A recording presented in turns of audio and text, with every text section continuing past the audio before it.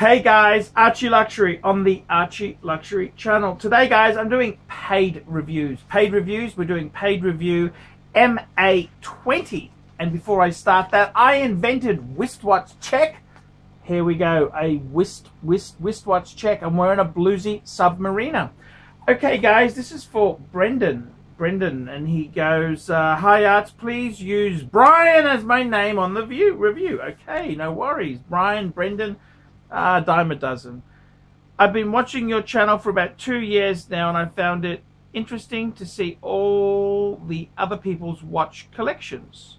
I took your advice and cleaned up mine, as I had a few what you would call shitters, a Breitling Windrider and a Tag Heuer Aquaracer 2012. I was always into watches and bought my first Rolex on eBay, a Datejust 16013 for 2000, and I worked it up from there. I now have a Daytona Zenith stainless steel, a day-date 18239 blue dial, which is a 239 is the that'd be white gold, and took your advice and got an Explorer 1 white dial. Love it. And I recently got the Explorer 1 39mm with the long hands. Again, lovely watch. Just wondering, where should I go from here? I like to keep things simple, so do like anything too big or too flashy. I had a GMT before and I was sorry I sold it. Stupid move, but I think I would only buy Rolex for me here. The only watch. Now, Archie, on another note, please don't trade your watches for a fucking car. Oh my God, Archie. Are you off your head? A car is something that costs you money every fucking day. Your beautiful watches are your friends. Let me know your thoughts, Brian. Okay, Brian, thank you so much for your paid review. Paid reviews keep me on the YouTubes. I'm doing the tubes, fuckers. Okay, let's have a look here. So basically, let's do a bit of a look at his current collection. It's good to hear I like to hear your stories of how people started in these watches.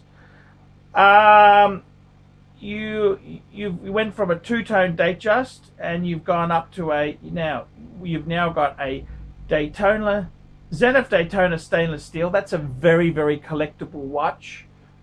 Very collectible. Those were made from the late 80s until the in-house Rolex movement. The in-house Rolex were 116. That's how they started the series.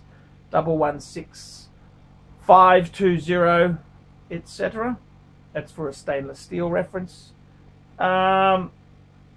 You've also got a white gold, a 118. That means it's got the new clasp on it, which I think is a big improvement. 36mm white gold day date with a blue dial, which very, very, very, very nice. Explorer 2 white dial, yes. I take it that's 40mm, and you've got a Explorer 1 39mm, which is, mine is a 2015, so you've got the later model. You've got the Mark II dial there. Beautiful, beautiful, beautiful. That's a very nice collection there. You've got Daytona, day date, Explorer 2, Explorer 1. That's four good pieces. Now you're saying, what would you get next? You had a GMT, which is sold. I got to be honest with you there. I would say, we'll look at the car question in a minute, but that is a nice collection.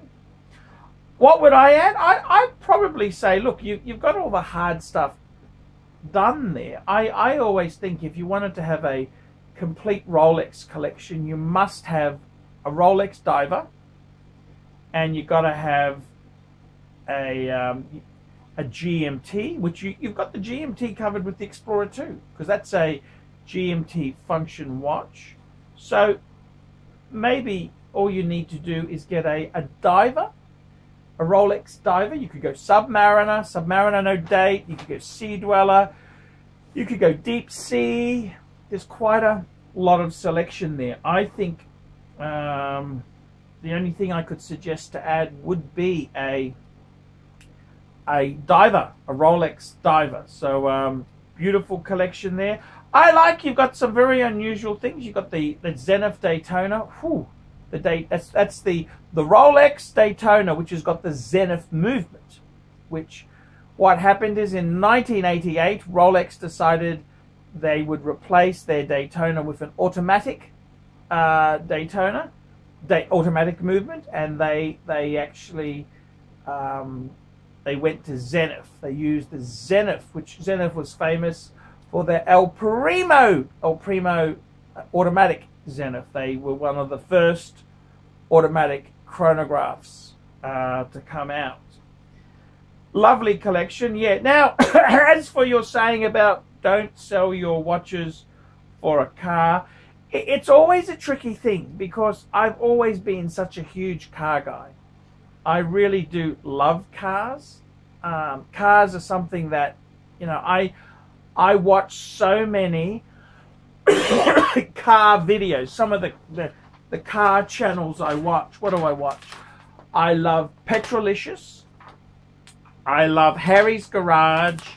I love Hoovy's Garage. I love Doug DeMuro. I love the Car Guys. I love Normal Guy's Supercar Guy. I love him. He's great. That's the American.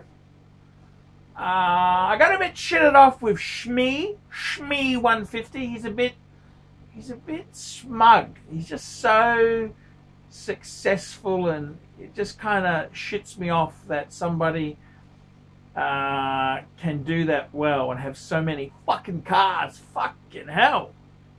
But Shmee's okay. Shmee 150.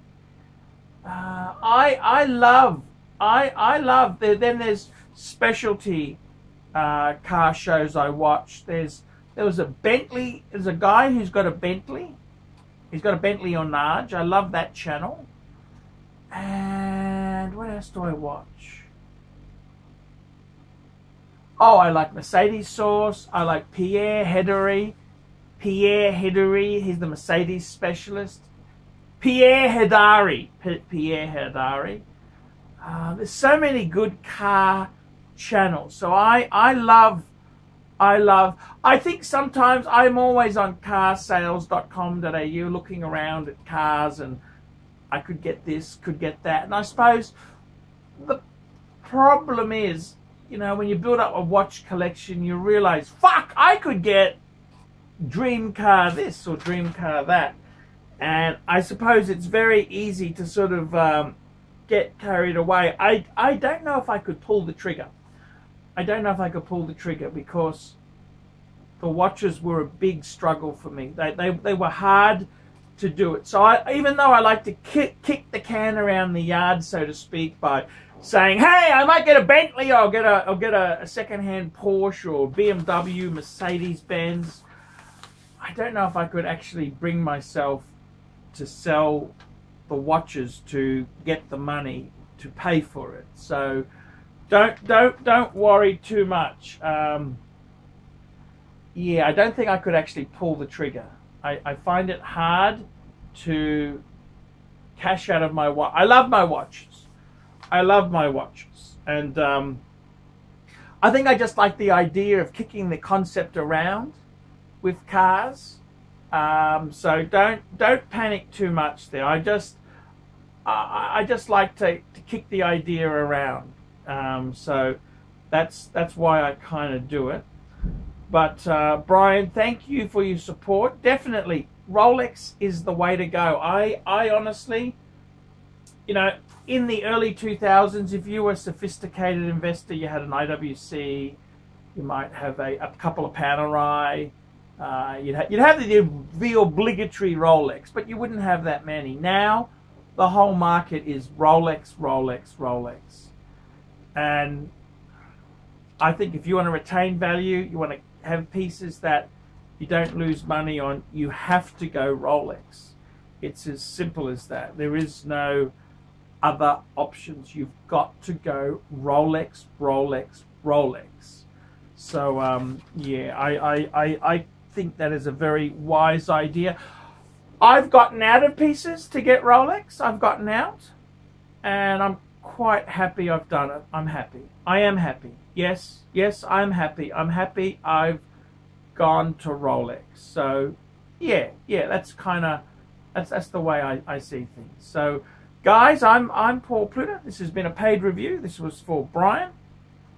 Guys, remember, like, subscribe, tell your fuckwit friends, and don't forget to put some nasty comments. And until next time, fuckers, ciao!